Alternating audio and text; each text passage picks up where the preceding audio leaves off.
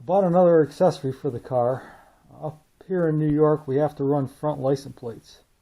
You know, a lot of states don't require it, but unfortunately we do. So instead of bolting it up in here where I had been doing it previously, I bought a stow and go. And what that is, it's a nice little bracket, mounts with 3 bolts underneath, and I bought one for a Dodge Charger, which I had to modify. Basically took me half hour maybe total to do everything. But the problem with the Charger bracket is that the license plate comes angled. So I had to bend right here. I bent this area, put it in a vise, and just torqued it until it was 90 degrees. And then the mount for the license plate, for the stow and go, clicks in here. There's a quick release that you pull out, and this plate comes out. And the stock location is there. So all I did was took a file and just file a notch to match the factory notch, and that was it. So now when you want to pull the plate, all you gotta do is pull it out. You store it in the car, go to a car show, and then put it back in. It's fun trying to do this one-handed.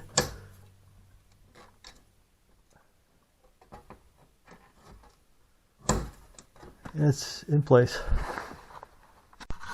So we're moving on to the second half of the exhaust system. And you can see I've got the V-band type clamps in here. This one's nice because it has the quick release feature, and that if you loosen the nut, let's see if I get it closer. When you loosen this nut to the end, this band will actually pop. And I put the part number over the top here. But it just makes it real nice for getting the bands off and on quick.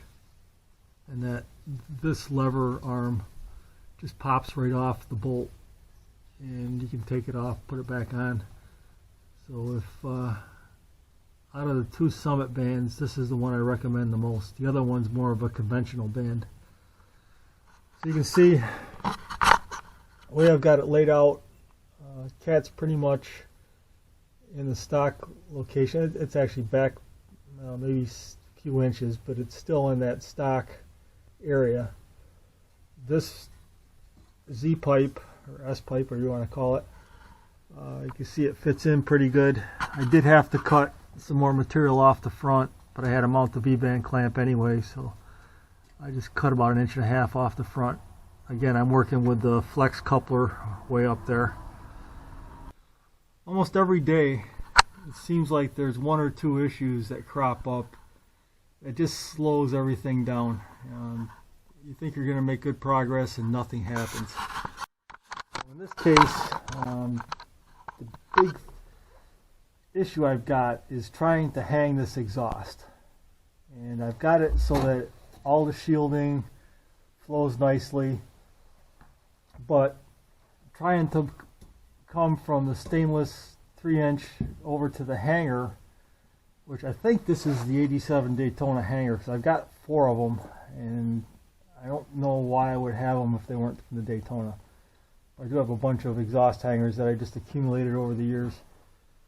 So I need to make the 2 meet. So what I've done, I don't know if you can see this in the light or not, is made up my own little steel hanger. But I wanted to make it out of something that's not going to rust, because I've got the stainless exhaust so it won't rust. I don't want to just buy normal steel. So I don't know what this is. Again, it's one of those things that I've just accumulated and was able to actually locate where I needed it.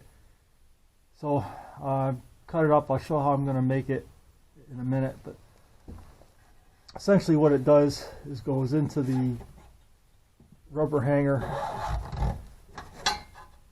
and you just weld it to your exhaust. Could weld it up higher up here so it's out of the way.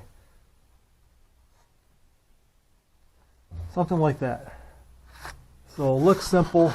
It's actually taking me about 3 days to come up with that solution, just because I didn't know where I had the metal and wasn't actually thinking exactly how I was going to do it. But I think that's what I'm going to do. Just weld that up there and I should be good to go. One of the things I apologize for is not showing how I do a lot of things. It's because it takes a lot of time to video it all. And I actually had done this and lost the footage. I guess I didn't record it. But if you have to bend a rod, don't go beating on it with a hammer and try to bend it, or grabbing the top of it and pulling on it. The easiest way to do it is just take a long piece of pipe. In this case it's a gas pipe. I got a 3-footer.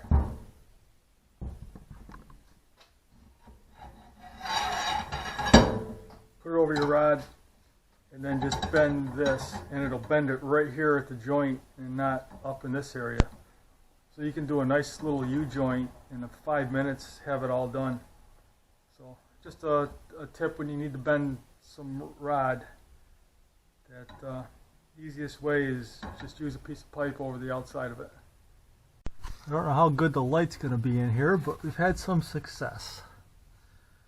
I've got the pipe in, the mid pipe, and I put a hanger on it. So after welding it in the wrong orientation because of my dyslexic brain, I actually welded it so the hanger was up instead of down because I had the pipe flipped over in my mind. I got that in, and if you listen to it, it's got wiggle room. That clunking you hear is actually the lift hitting over here. So at this point, I'm halfway around the gas tank, and now I have to put the tailpipe in. That's going to take some cutting. One thing you don't see, I don't think the light's going to pick it up, but I was TIG welding because my welder is on vacation for a week. I actually burned a hole right there, so I'll have to have him patch it up. But at least I was able to melt pieces of metal together and get it to hold enough that I could put this together, and I'll have him clean it up and make it pretty. So my first attempt at TIGging steel, well actually my second, because the first one was done backwards, was successful. So now I've got the pipe all the way back so that it wiggles without hitting. I probably could have gotten away without the flex pipe. I don't think that's necessary. So if you're thinking of getting these exhausts, I wouldn't bother with the flex pipe. It'll give you some extra clearance in the center. I used to have a round 6-inch exhaust, or I should say a muffler, that sat in here when my cat was further forward. Not quite enough room right now to put it in, but that's where I had it. And if you want, you could also put one on the tailpipe back here where the factory muffler went. You can put another one in. Pretty nice, not hitting anything, going around until I get to the tailpipe, and that's where the problem comes in. Not happy with this bend entirely. I think it's actually in the tailpipe more than this pipe, but I'm going to have to cut this middle pipe right here, expand it in this area, and then bring my tailpipe up, because as you can see with the bend, keep in mind I've got the new rod end bar there, so I'm not dealing with the normal fat bars that are in here, and this is the high point, which should be up here. So I need to move everything up about 3 or 4 inches from where it is, and I think rather than do it on the tailpipe. I'm going to do it here because this is a big joint. It actually is pretty loose on here. I'm going to use a normal band type clamp that goes around the whole area. But if I cut it here, that'll move this tailpipe up a good 3 inches. Get me into the area that I need. And then I've got to redo the back here a little bit because I'm putting in a Borla muffler.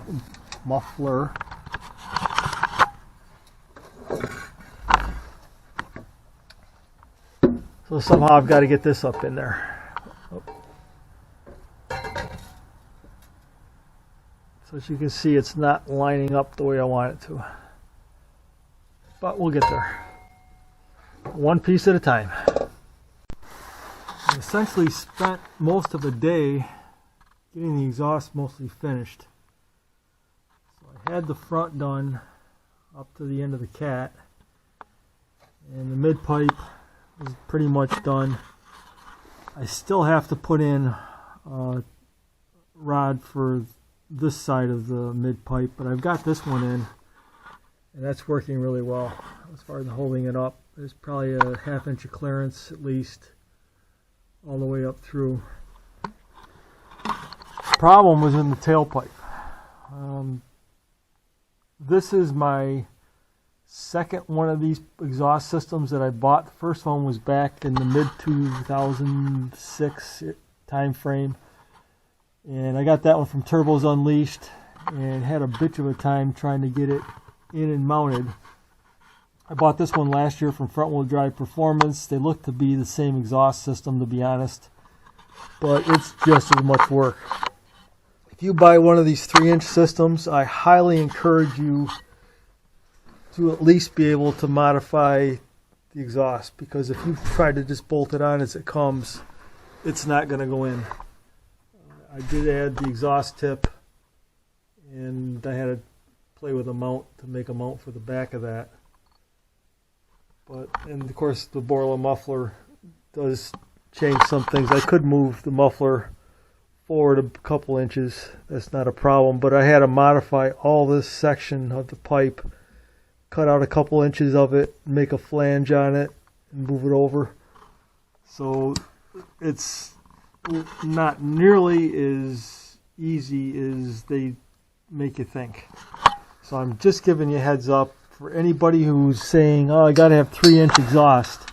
You're going to make a lot of headaches for yourself because it's not easy to put in. If you don't need the extra few horsepower, I would go with a 2.5 inch. I think you'd be much happier. Probably costs a little bit less, much easier to install, and it's probably going to be more of a bolt-in thing.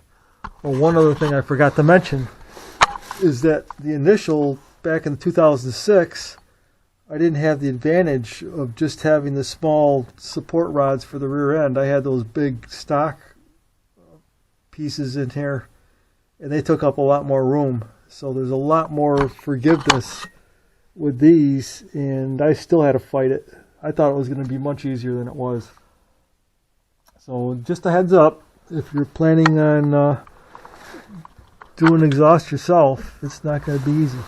The other thing I had to do too is for the fuel tank, I had to come in and pull this flange up, and I did that with a crescent wrench, just put on there and tweaked it up.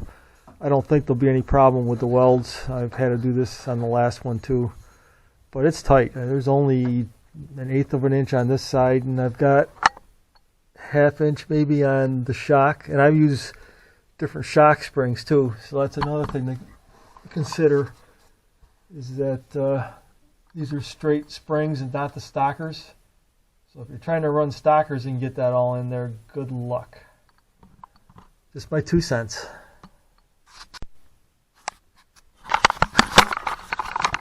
Getting to the end of this exhaust ordeal, and I thought I would just cover a few more things that I've kind of went past. Keep in mind this mid pipe, when I'm talking about how the pipes don't fit as good as they should, regardless of what I did before this pipe has to fit this bend. And that being done, I mean, if it's right in the sweet spot, all my issues are after the bend. So anybody who thinks that, well, it's because I screwed all the things up in the front that it messed up the back, this is the center, has to be in the center. There's no forgiveness one way or another. So keep that in mind, that all of my tailpipe issues are going to be there regardless of what you do in the front, because that center pipe references to the center of the car. Also, I talked about how I bent this flange on the tank.